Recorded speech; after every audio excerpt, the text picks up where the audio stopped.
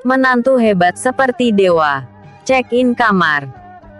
Melihat Alex kembali ke daratan sendirian, Nova menghentak keras kakinya. Bagaimana dia bisa kabur? Alex mengusap rambutnya karena merasa bersalah. Aku akan membukanya untukmu dulu. Di mana kuncinya? Di sini. Nova melirik ke arah bokongnya. Celana jeans ketatnya menonjolkan bentuk kunci. Alex mengulurkan tangannya untuk mencari kunci. Dia dapat merasakan suhu tubuh yang hangat dan sentuhan yang lembut di balik kain tipis. Dan jantungnya tiba-tiba berdetak lebih cepat. Setelah membuka borgol, telinga Nova menjadi merah. Dan dia bergumam, cabul.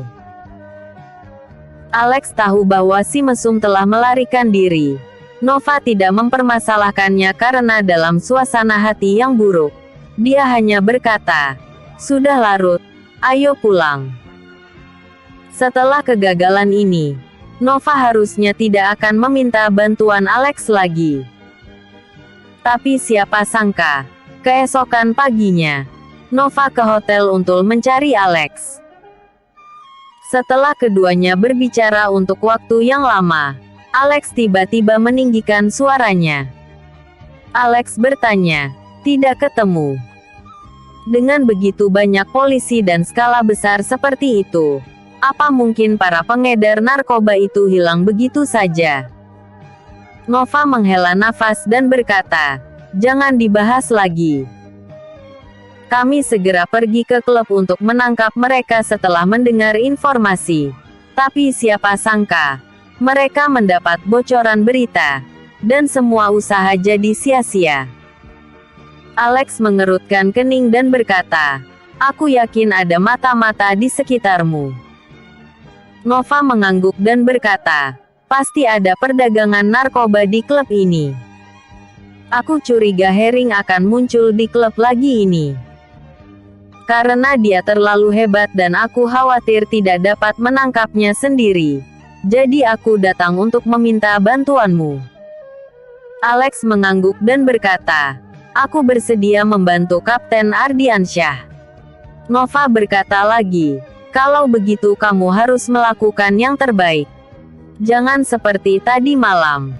Setelah melihat si mesum, kamu malah membiarkan dia melarikan diri." Wajah Alex memerah karena malu dan berkata, "Kali ini tidak akan lagi. Sebelumnya karena di danau dan aku tidak bisa berenang, makanya dia bisa melarikan diri. Jika di darat, dengan sepasang sayap sekalipun, dia tidak akan bisa melarikan diri." Nova tahu bahwa Alex tidak membual. Dia mengangguk dan berkata, "Aku paling benci markas narkoba. Makanya aku mengambil kasus ini. Sayang sekali aku belum bisa menangkapnya." Sekitar pukul 4 sore, keduanya berpura-pura menjadi suami istri dan datang ke diskotik di lantai B1 gedung Haki. Nova mencari orang-orang yang mencurigakan di kerumunan.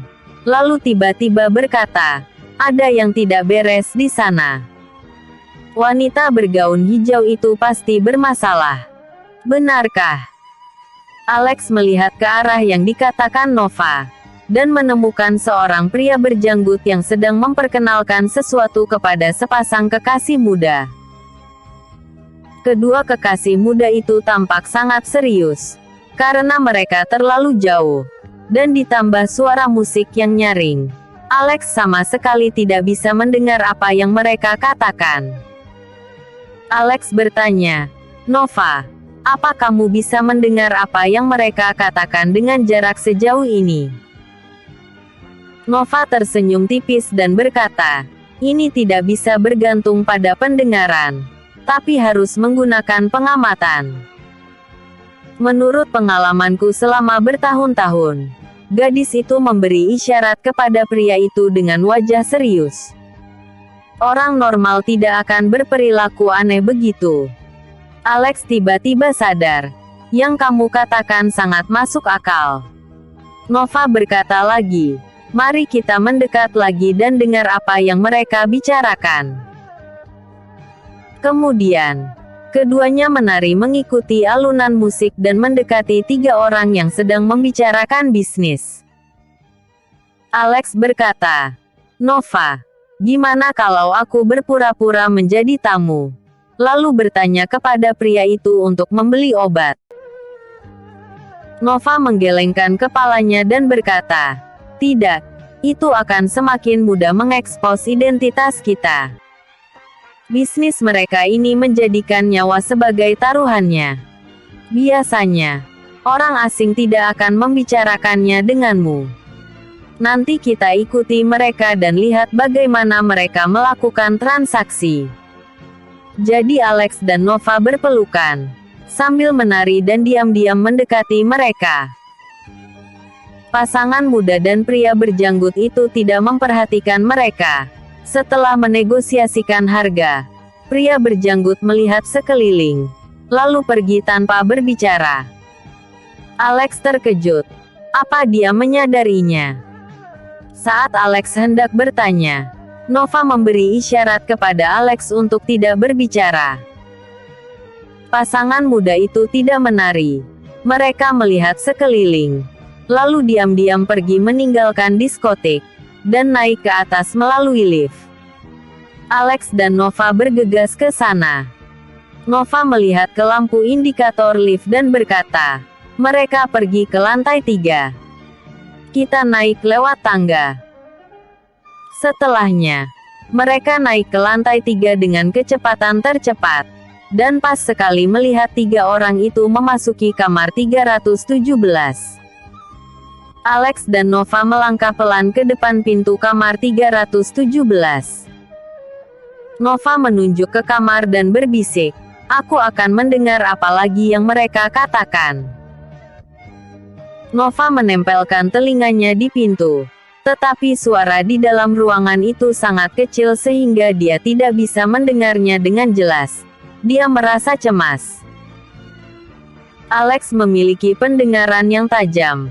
Jadi dia mendengar wanita itu berkata, "Kak Bayu, aku tahu keadaan pasar tidak bagus sekarang karena polisi sedang memeriksa dengan ketat. Namun, ayahku baru-baru ini jatuh sakit, dan uang yang aku dapatkan baru-baru ini semua digunakan untuk pengobatannya. Bisakah lebih murah?" Kemudian pria bernama Bayu berkata, "Rita, bukan aku tidak mau membantu. Tapi Kak Hering tidak berani muncul. Persediaanku telah putus. Mana bisa jika tidak menaikkan harganya." Alex diam-diam berkata di dalam hati, "Benar saja. Itu memang ada hubungannya dengan Hering." Rita berkata, "Kak Bayu, terima kasih banyak. Namun, kami benar-benar tidak punya uang sebanyak itu. Bagaimana kalau lebih murah sedikit?" Kak Bayu berkata, "Rita, aku sudah mengatakannya dengan sangat jelas. Barangku juga diambil dari orang lain. Harganya sudah sangat rendah. Mengapa kamu tidak ambil sedikit barang dulu?" Nova tidak bisa mendengarnya. Dia menatap Alex. Melihat bahwa dia sepertinya bisa mendengar percakapan di dalam, dia menusuk Alex dengan tangannya karena cemas, dengan maksud bertanya apa yang didengar Alex. Tiba-tiba, dia mendengar langkah kaki berjalan ke arah pintu. Tepat ketika Nova menusuknya, Alex langsung menarik Nova ke dalam pelukannya, dan kemudian mendorongnya ke pintu kamar 319 di sebelahnya. Kedua tangannya merangkul pinggang Nova. Mulutnya menutup mulut Nova dan menciumnya dengan mesra. Nova tercegang dengan tindakan tiba-tiba Alex. "Aku hanya ingin bertanya apa yang kamu dengar. Kenapa kamu malah bertindak cabul padaku?" Saat Nova hendak marah dan melihat pintu terbuka, separuh badan Bayu muncul dari balik pintu dan melihat ke arah Alex dan Nova. Saat ini Alex membelakangi pintu. Dia berpura-pura tidak melihat Bayu. Dia memeluk Nova sembari tertawa dan berkata, "Sayang, aku sangat merindukanmu." Kita ciuman lagi ya. Nova bingung dengan kelakuan Alex. Awalnya, dia sangat marah. Kemudian, ketika dia melihat Bayu, dia baru mengerti maksud Alex. Dalam hatinya dia berkata, anak ini pintar juga. Kami hampir saja ketahuan. Episode